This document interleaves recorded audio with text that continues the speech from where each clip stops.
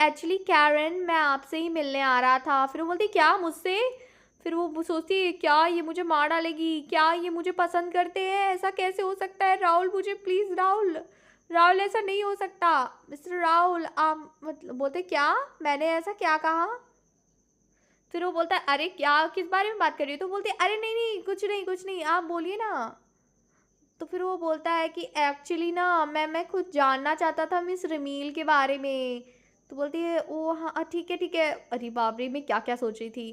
फिर वो बोलती है कि रमील को क्या पसंद है। फिर वो बोलता है कि अरे रमील को बहुत सी चीज़ें पसंद है।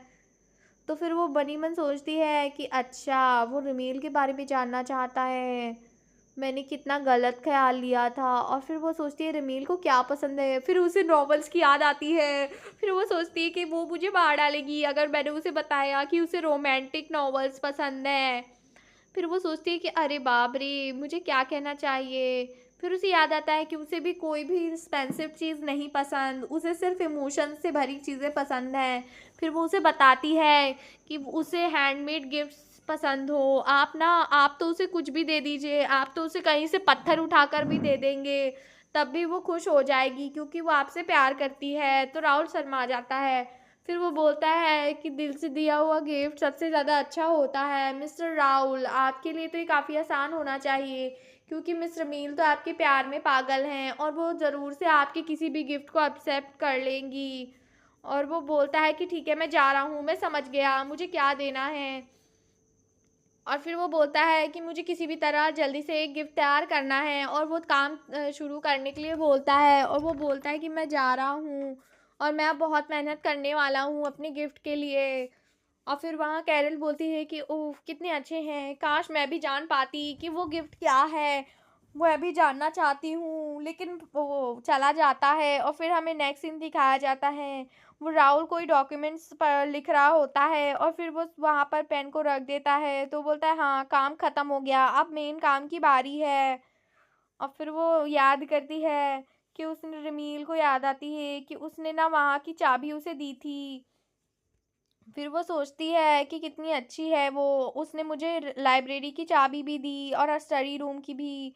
वहाँ पर लेमी लेमी लमील और काफ़ी सारे रुमाल्स पड़े हुए थे जहाँ पर वहाँ पर सुई भी रखी हुई थी। फिर वो याद करता है कि मुझे हैंडमेड गिफ्ट चाहिए होगा और वो बहुत ज़्यादा हॉट भी लग रहा होता है। फिर वो वहाँ पर क्राफ्टिंग स्टार्ट कर देता है और बोलता है लमील मैं तुम्हारे लिए ज़रूर बनाऊंगा।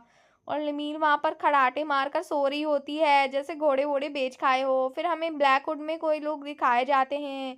फिर वो और कोई नहीं हमारा बड़ा भाई होता है। फिर वो बोलता है कि अरे बाप रे सर! आप कब तक चलने वाले हैं?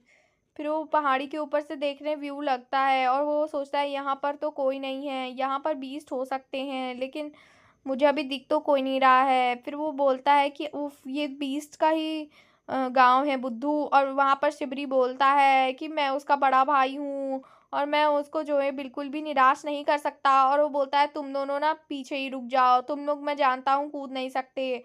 और वहाँ पर वो एक घर के पास पहुँचता है और नॉक करता है और बोलता है नॉक नॉक कोई है क्या? फिर वहाँ पर एक लड़की दरवाज़ा खोलती है। फिर वो बोलती है अरे आप तो एक इंसान हैं। सिबरी बोलता है मुझे माफ़ कीजिएगा, मैं सिबरी हूँ और मैं यहाँ पर एक ग्रे वुल्फ फैमिली को ढूँढ रहा हूँ। Wolf family?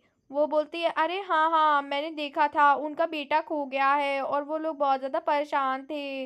वो यहाँ पर अपने बेटे को ढूँढ रहे थे और फिर वो बहुत सोच के बोलने लगते हैं कि वो यहाँ पर बेटे को ढूँढते हुए अब काफ़ी दूर तक जाने वाले हैं।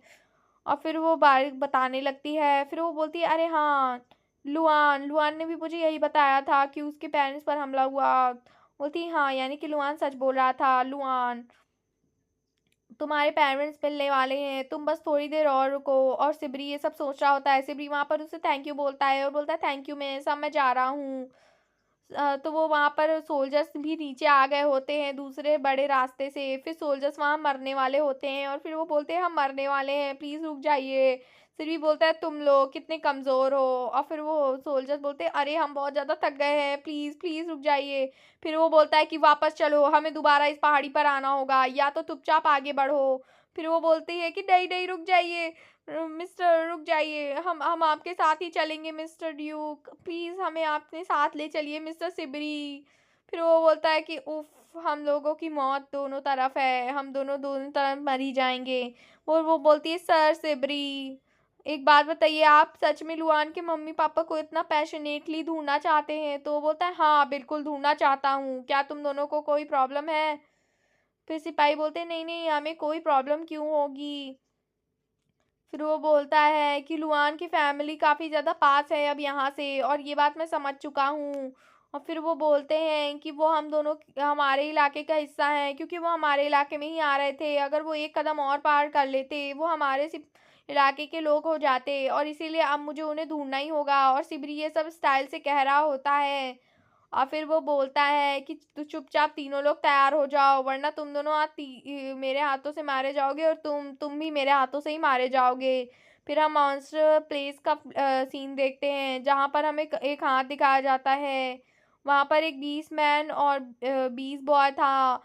वो बोलता है कि ओ हनी आपको चोट लग गई है, प्लीज़ वापस चलिए। फिर वो बोलता है मुझे बहुत ज़्यादा गुस्सा आ रहा है, मैं अपने बच्चे को तक नहीं बचा पाया हूँ। वो बोलता है कि हमारा बच्चा नहीं बचेगा। फिर वो बोलती है अरे आप चिंता मत करिए, वो ठीक होगा। और फिर वो लॉर्ड लुआन के डैड रोने लगते हैं, तभी उसकी मॉम को किसी की आवाज़ आती है। फिर वो वहाँ पर पीछे पलटती है, और फिर वो वहाँ पर अटैक पोर्शन में आ जाती है। और फिर वो बोलता है जो भी है बाहर आओ, उसके लुआन के डैडी चिल्लाते हैं। वहाँ पर कोई ब्लैक हुड आता है, और फिर वो और कोई नहीं होता, वो हमारा वो हमारा शिबरी ही होता है। और फिर वो शिबरी बोलता है कि अरे आप क्या लुआन के पेरेंट्स हैं? फिर लुआन की मॉम वहाँ रुक जाती है, और वो बोलती है अरे आप मेरे बेटे को कैसे जानती हैं? फिर वो बोलता है कि अरे वो आपका बेटा हमारे साथ ही है, और वो बताने लगता है। फिर वो वहाँ पर क्या क्या बोल रही होती है, क्योंकि वो शॉक हो गई होती है। फिर वो बोलती है आप दोनों लुआन के पेरेंट्स ही लग रहे हैं, प्लीज़ हमारे साथ चलिए। फिर वो बोलते कि एक बात बताइए क्या हुआ था? तो फिर वो बोलता है कि मैं मेरा नाम शिबरी क्राउन है, वो हमारे मेंशन पर है, आपका बेटा, प्लीज़ चलिए हमारे साथ। तो वो बोलती क्या वो क्राउड मेंशन में है? और फिर वो दोनों डर जाते हैं, और दोनों एक दूसरे को पकड़ लेते हैं। फिर वो बोलता है अरे आप चिंता मत करिए, वो बहुत ज़्यादा प्यारा है, और हम उसे बहुत ज़्यादा पसंद करते हैं, और वो अच्छे से है और बिल्कुल सुरक्षित है। वो दोनों तो खुशी के आंसू ही रोने लगते हैं। और फिर वो बोलता है थैंक यू सो मच। फिर वो बोलता है कि आप वैसे अकेले यहाँ क्या कर रहे हैं? वैसे तो अक्सर आप लोग जो है ना झुंड में रहते हैं। फिर वो बोलती है कि अरे नहीं नहीं, हम लोग तो बहुत सारे हैं। वो एक्चुअली ना हम सब लुआन को ढूंढ रहे थे। फिर वो ऊ करने लगती है, और फिर वो सोचती है ओ ये कन्वर्सेशन का तरीका है। और फिर वो वहाँ पर बोलती है कि अच्छा हुआ आपने मेरे बेटे को सुरक्षित रखकर हम पर बहुत ज़्यादा उपकार किया है, हम आपके एहसान को कभी नहीं भूलेंगे। फिर वो दोनों अपने बेटे को गले लगाकर रोने लगते हैं, और फिर बोलते हैं कि बिद्दू अब आप हमसे दूर मत जाना। एमी भी बहुत ज़्यादा खुश होती है, और राहुल से बोलती है राहुल हमने कर दिखाया। और फिर वो शिबरी को कोई पकड़ लेता है। फिर रिमील बोलती है शिबरी आज तो तुमने कमाल कर दिया, तुम्हें किसी चाहिए क्या? ओ मेरी प्यारी शिबरी आज तो तुमने कमाल कर दिया। वो गुस्सा कर रहा होता है, फिर बोलता है उफ लो किस्सी ले लो, एक किस्सी। तो फिर वो बोलती है छी मुझे तुम्हारी किस्सी नहीं चाहिए, दूर हटो। और फिर वो बोलती है कि अरे अरे तुम भी ना। फिर उसका भाई बोलता है अरे। फिर उसके पिता बोलते हैं कि चलो। रिमील वहां पर बोलती है उफ कहाँ चलना है डैडी? तो वो बोलता है अरे लंच पर। और फिर सब लोग डाइनिंग टेबल का सीन देखते हैं, जहाँ पर सब लोग खाना खा रहे होते हैं। रिमील का डैड उनसे बोलता है कि आप दोनों यहाँ पर क्यों आए थे? तो लुआन की मॉम कहती है कि अरे वो हम लोग ना यहाँ पर भाग आए थे, क्योंकि वहाँ पर जो क्वीन थी जहाँ पर हम रहते थे वो बहुत ज़्यादा बेकार थी। उसने मतलब ना अपनी प्रिंसेस प्यारी को ना हटा दिया, जो कि वहाँ पर रियल प्रिंसेस थी जिनको बनना चाहिए था क्वीन, लेकिन ऐसा कुछ नहीं हुआ। वहाँ पर दो लोगों की तरफ बट गई हैं। वहाँ पर काफ़ी जंग हो रहा था, और वहाँ पर हम लोग ऐसा नहीं चाहते थे कि लुआन पर उसका असर पड़े। और वैसे भी कोई सपोर्ट हमारे पास नहीं था, हमारे पास कोई खाना भी नहीं था, इसलिए हमारे पास कोई चारा नहीं बचा उस जगह को छोड़ने की बजाय। फिर वो बोलता है कि वहाँ पर सब कुछ ख़त्म होने वाला है क्योंकि वहाँ की क्वीन बहुत ज़्यादा बुरी है और जो लोग जो ये प्रिंसेस को सपोर्ट कर रहे हैं वो भी बहुत ज़्यादा खतरे में हैं और वहाँ पर कभी भी जंग हो सकती है। फिर वो बोलती है कि अच्छा, हम लोग ना यहाँ पर काम ढूँढना चाहते हैं। प्लीज़ क्या आप हमें सोल्जर्स बना सकते हैं? फिर वो बोलती है हाँ, हाँ, हम वुल्फ बीस्ट हैं तो हम लोग बहुत ज़्यादा स्ट्रॉन्ग हैं। आप प्लीज़ हमें खाना दीजिए और हम आपके एनिमीज़ को ख़त्म कर देंगे और लॉयल रहेंगे। फिर हम लोग देखते हैं कि पपीज़ आई बनाकर सब लोग उसे देख रहे होते हैं तो लमीन बोलती है कि oh my God dad please. फिर लमीन के डैड बोलते हैं अरे ज़रूर, ज़रूर। अरे हम तो ज़रूर आपके लिए कोई जगह ढूँढ देंगे बॉर्डर के करीब। फिर लुआन का डैड बोलते हैं कि यहाँ से आपको जाना पड़ेगा, ठीक है? तो अच्छे से बाय बोल देना। फिर बोलते हैं क्या हमें जाना होगा? फिर वो बोलता है लमील से कि मैं तुमसे दूर नहीं जाना चाहता हूँ, क्या तुम मेरे साथ नहीं चल सकती हो? तो लमी बोलती है क्या मुँह क्या तुम्हें मेरे साथ जाना है? फिर वो बोलती है oh my God love story. मैं तो भाई मतलब क्या बताऊँ, मेरे तो आंसू आ गए। भाई इनकी लव स्टोरी तो मुझसे भी ज़्यादा अच्छी है और पॉपकॉर्न खाने लगती है और बोलती है उफ 3D ग्लासेस। फिर वो बोलता है कि मैं नहीं जाना चाहता। फिर एमी को बोलता है एमी क्या तुम मेरे साथ नहीं चल सकती? ओह कितना प्यारा है ये सीन। और फिर वो मस्त पॉपकॉर्न खाते हुए इग्नोर कर रही होती है। उफ, मैं वैसे अपनी फ्रेंड के घर से रोने लगती थी और फिर वो अपना पास याद करती है कि मैं तो बहुत ज़्यादा नटखट थी, ये लोग तो बहुत ज़्यादा मेच्योर हैं। फिर राहुल उसका हाथ पकड़ता है। फिर वो बोलता है कि क्या इसका कोई सलूशन नहीं है? फिर वो बोलता है कि प्लीज़ क्या तुम उन दोनों को अलग होने से रोक सकती हो? फिर बोलते हैं अरे हाँ, हाँ, मैं तो इस ज़रूरी पॉइंट्स बुलाऊँगी। तो वो बोलते डैड। फिर वो बोलती है क्या ऐसा नहीं हो सकता? कि वो यहीं पर रुक जाएँ? और फिर डैड बोलते हैं क्या, क्या, क्या? ठीक है, दैट्स राइट, ओके, ओके, मुझे कोई प्रॉब्लम नहीं है। फिर वो बोलते क्या इंसान और बीस्ट? तो वो बोलती है अरे आप यहाँ पर फ़िक्र ना करें, हमारे यहाँ वैसे भी बहुत ज़्यादा बीस्ट और नॉर्मल लोग साथ रहते हैं, इसीलिए आपको कोई भी चिंता करने की ज़रूरत नहीं है। फिर वो बोलती है अरे हाँ, हमने सुना था कि क्राउड फैमिली बहुत ज़्यादा अच्छी है और बीस्ट को बहुत ज़्यादा प्यार करती है।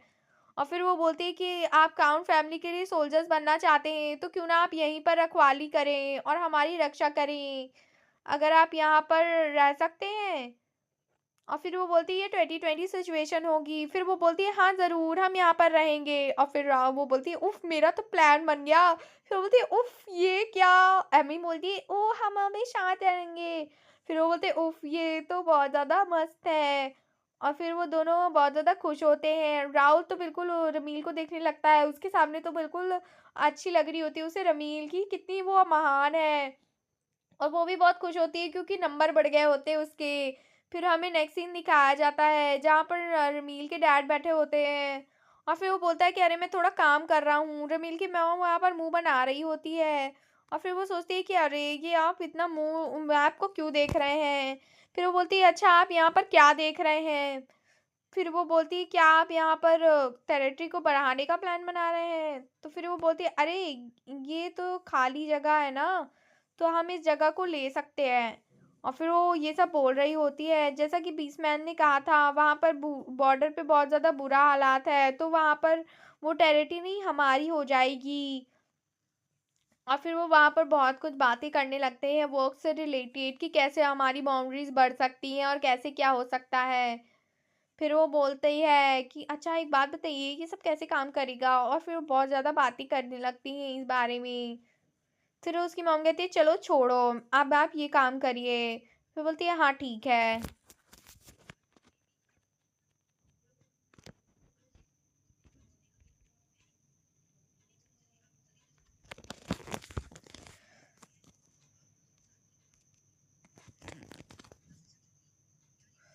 फिर हमें एक सीन दिखाया जाता है जहाँ पर एक प्रिंसेस खड़ी होती है और वो बोलती है कि मुझे प्लीज़ 1 मिनट सांस लेने दो, लेकिन मेड भी उससे काफ़ी रूडली बोलती है प्लीज़ जल्दी चलिए मैम।